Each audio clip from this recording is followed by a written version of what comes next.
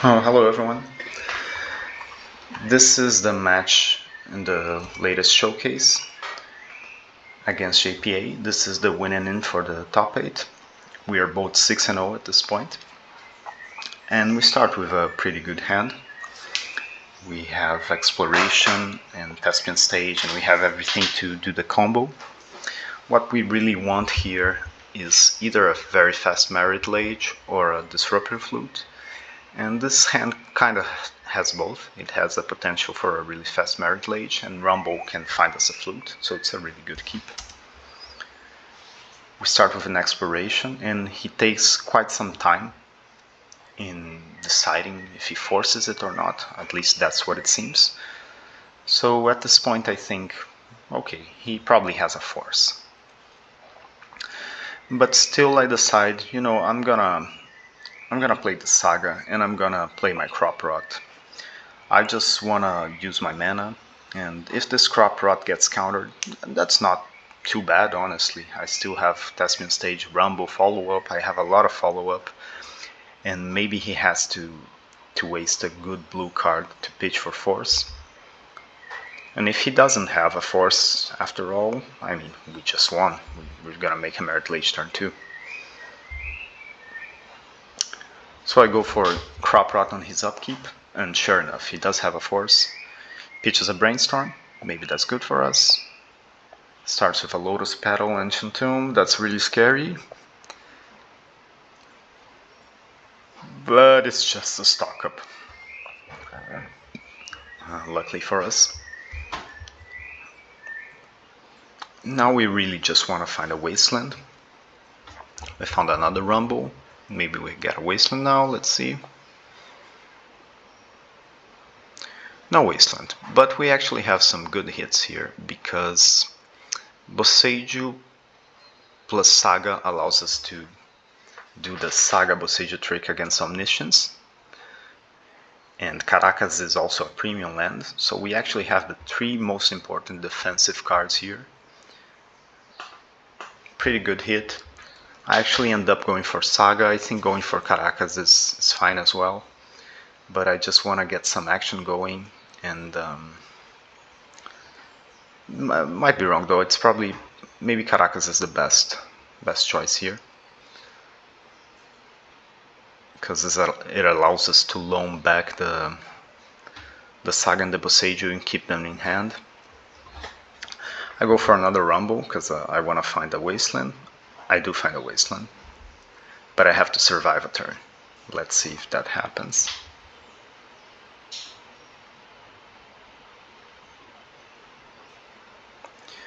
That's scary, but it's just another stock up, luckily for us.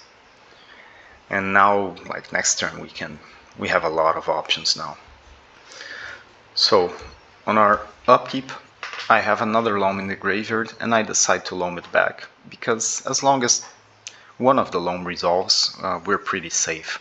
We can grab back an Urza Saga and a Boseiju to protect from Omniscience. We can grab back a Caracas. And there's just not much he can do anymore. I actually go for Ghost Quarter here, though, because that also stops show and tell. Like, he has to grab a mountain, he doesn't have 2 islands, and he cannot go Ancient Tomb show and tell, so that's good enough.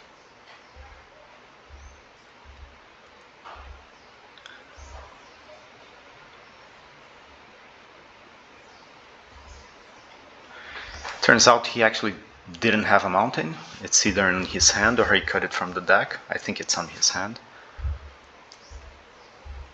And I loan back my defensive cards. Now I'm pretty safe as long as he doesn't show and tell this turn. We're pretty safe from everything. And he doesn't. He goes for an Ancient Tomb. At this point we're just gonna loam lock him out of the game. I don't think I played this game perfectly because we had the opportunity to be a bit safer and send back the Saga in hand with the Boseiju earlier, but it was good enough. Like, he's not gonna recover from this. Another tomb, another turn, we do the same thing. Now we have adepts. And now he actually manages to go for a show and tell.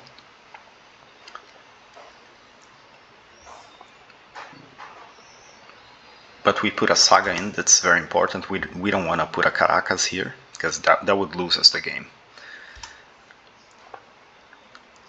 And this is a saga trick. He goes for Omniscience, but the saga coming in creates a trigger on the stack, and we can blow up the Omniscience with Boseiju before he has a chance to cast Atraxa, Stock Up, Emrakul, really anything. Like, only Omnitel can get away from this by playing Cunning Wish and comboing instant speed, but Sneak and Show cannot do it. And JPA knows this, we've played many times. He sees that I put the saga in, he sees the Boseiju is gonna come, and he just scoops. Okay, now game 2. We have a few tools, but mostly we just want to put a flute and a damping sphere. Needle's really nice because it stops sneak attack. Vigor is for Omniscience. Latest lists are playing like 2 Omniscience, I think, so you definitely want to respect Omniscience. It's the way you most commonly lose the game. Because like Emrakul can be bounced, Atraxa can be bounced, even though it draws a lot of cards. You can still do it over and over. It's possible that you might want to keep like a Bojuka Bog or an Endurance just to create a stack trigger for Omniscience. Like it's really important, as you saw in the last game. We would have lost that game if we didn't have a saga for a trigger. But with only 2 Omnisciences, I think, okay, I don't have to respect it that much. I can. I'm not gonna keep the Bojuka Borg or Endurance in. And this is how I sideboard. I cut Once Upon a Time, I cut those cards. And I don't know what else I cut. I cut the Vigor. Yeah, I don't need 2 Vigors. So here we go. Okay, this hand's pretty nice. We have Flute. Flute is the #1 thing we always want. And we also have Exploration and probably a Fast Depths. We're happy to keep this. It's not a turn 1 Flute. There's a possibility we get junked by a turn 2 Show and Tell, but I mean, it's what we can do. We cannot mold this. Starts with Ponder and shuffles. Our turn, Exploration resolves pretty quickly, so I'm thinking he has no force here. And he whiffs on land. Oh, that's great for us. Okay, on our turn, we drew a Damping Sphere, which is really nice, like what we do here. I think the answer is we play out this Damping Sphere because it baits Consigned to Memory, it baits Force of Will. It's a good card here because it stops the Ancient Tomb, producing 2 mana. It also stops Omniscience from being able to cast spells for free. And if this gets countered, then we can resolve a Disruptor Flute. So I go for it, I play the Damping Sphere,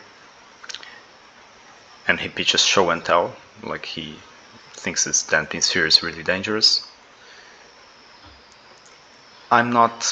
I don't love playing out Boseiju and Otawara, which are 2 good lands to keep in hand, but I really want to resolve this Flute. As long as this Flute resolves, I think I win the game.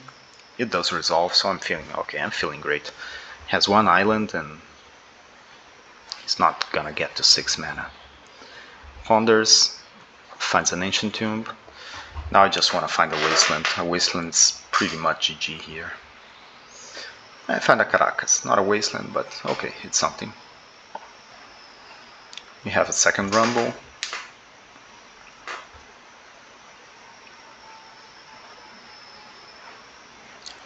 And we find a Flute. No Wasteland, but I mean, Flute is really nice.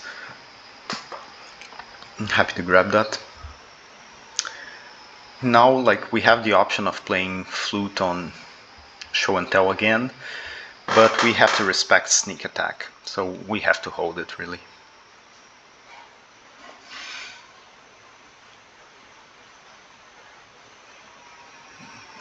On his turn he plays a pedal, and now it's interesting because, like I said, we have to kind of play around sneak attack. If he has another land, he can sneak attack and put a creature into play. But if he has an Ancient Tomb, he can go Ancient Tomb and pay 6 mana for Show and Tell. So really it's like, okay, I don't know, pick your poison. Which one do you think is more likely? And I just decide to let this resolve, and like he didn't have Ancient Tombs the previous turn. He has now though, and he manages to play Show and Tell. I put the flute in, it's an Omniscience. And now I have to think, which card do I name? He actually only has one card in hand, even though it appears 2 there. And I think the correct name is Stock Up. That's what I write in the text box, and I'm like almost certainly going to say Stock Up because Stock Up is probably a 4-off after sideboard. I don't think he trims Stock Up. Emrakul wins the game right now, but I think he might trim some Emrakuls because of Caracas. And Atraxa, I don't know if he trims Atraxas or not, but probably not. And Atraxa wins the game more than Stock Up. So even though, like, I was thinking, I'm almost sure Stock Up is the one that is definitely a 4-off. At the last minute I decide, no, I'm gonna name Atraxa because, you know, maybe Stock Up fizzles. And Atraxa is not gonna fizzle. So I think for a while. I check his previous turns to see if he had an opportunity to play Stock Up. Not really.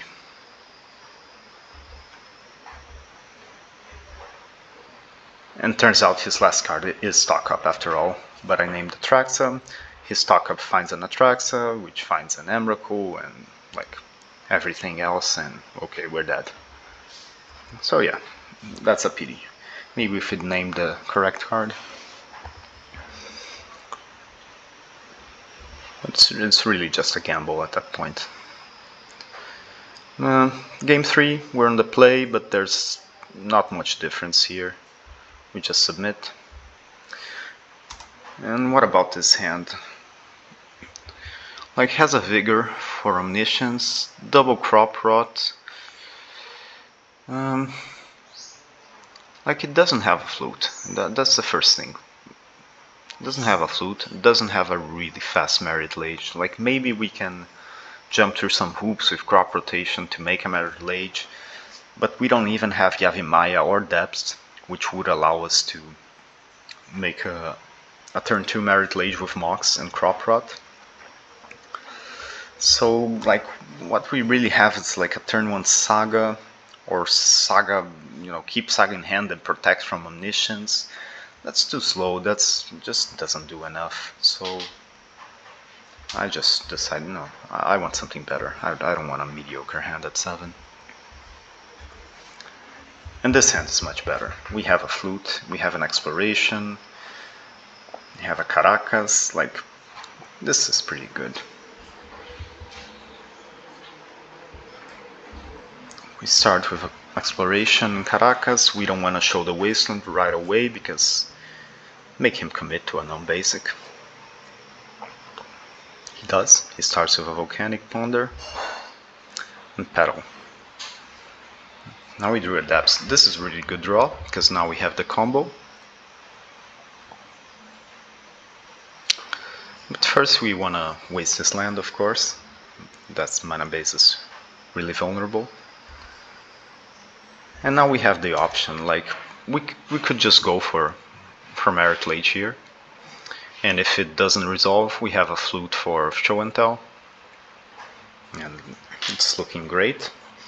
I actually decided to do the opposite because, I'm not sure, it's probably wrong to be honest, but I felt like he didn't have too many resources and his mana is kind of wrecked, I think. Also, I didn't really want to lose my land, I guess. But the flute resolves, so if the flute resolves, I'm thinking, okay, he has no force. He's not gonna let this resolve. So I just want to end the game as soon as possible now. And then he thinks, no, that's too much. I cannot let these two cards resolve. He brainstorms and he actually finds a force, pitching a consign. But he's kind of on the dumpster now. Like, we have a flute and he has 3 cards in hand and a Scalding Tarn. Once Upon a Time is nice. Like, that's one of the reasons you play Once Upon a Time instead of a forest. Like, it would just be a forest now, which would kind of suck.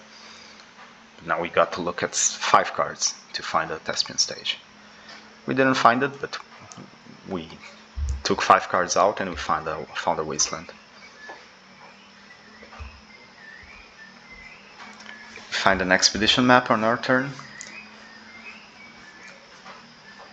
And he again thinks, no, this is too much, I cannot let this resolve, I have to find something. And he does. He finds another force, but he's getting really low on resources. Like, unless he finds like land, a braid for flute, and then show and tell, like, he needs a lot. We find pretty much one of the best draws, other than Thespian stage. And at this point, like, what is he going to do? We're just gonna lone loop him out of the game. We're gonna start finding everything we need. He keeps passing the turn. We loam a Saga. We can play out the Saga. We don't have to be super defensive here. We can start making threats and try to win the game. Stock up, that's nice. That's one of the ways he climbs out of this, but we have Wasteland for Ancient Tomb. We keep loaming. Now he plays a mountain, and now we're in a bit of danger, I suppose, because if he has a braid, then show and tell and whatever, omniscience, I don't know, something could go wrong. But now we flip up a Sage and it's actually over now, and JPA knows it. That's why he concedes, because we're gonna grab back a Saga and keep it in hand. We're gonna have a Boseiju to blow up the Omniscience. We have a Caracas for Emrakul, and there's just nothing he can do anymore. And we even have Constructs to start beating down. So that's it. That's GG, and we made it to top 8. Nice.